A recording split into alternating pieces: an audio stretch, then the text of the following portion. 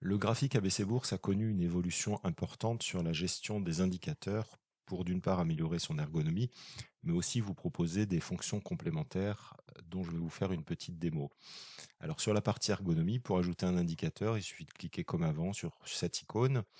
Et à la différence de ce qu'on pouvait trouver auparavant, on a désormais un menu qui s'affiche en plein écran et qui classe un petit peu les différents indicateurs en trois grands secteurs.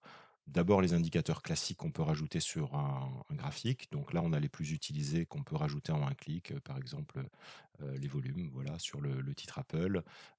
Très rapidement, je peux mettre une moyenne mobile, voilà, etc., etc. On peut après accéder dans la liste aux dizaines d'indicateurs, il y en a à peu près une centaine. On a ensuite les détections, donc là ce sont les configurations de chandeliers. Alors auparavant, vous pouviez mettre uniquement une détection sur un graphique.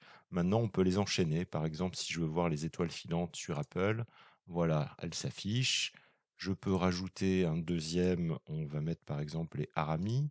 Hop, voilà, ils arrivent sur le graphique. Et on les retrouve ici comme des indicateurs classiques en haut. On peut les supprimer d'un clic tout simplement. Troisième élément et une nouveauté importante sur le module graphique ABC Bourse, ce sont les séries économiques. Vous pouvez injecter sur le graphique la plupart des grandes séries économiques classiques, qu'elles soient américaines, européennes ou françaises. Par exemple, avec Apple, on va mettre les ventes au détail. Voilà, les ventes au détail aux États-Unis. On va mettre ça sur une période de 10 ans et on va pouvoir, pourquoi pas, comparer les ventes au détail avec l'évolution du cours d'Apple. On peut de la même manière en ajouter d'autres. Ça peut être les taux de la Fed, les taux de la Réserve fédérale américaine, qu'on peut comparer aussi au cours. Donc ça va être intéressant notamment de le comparer aux indices, de comparer aux ETF obligataires par exemple.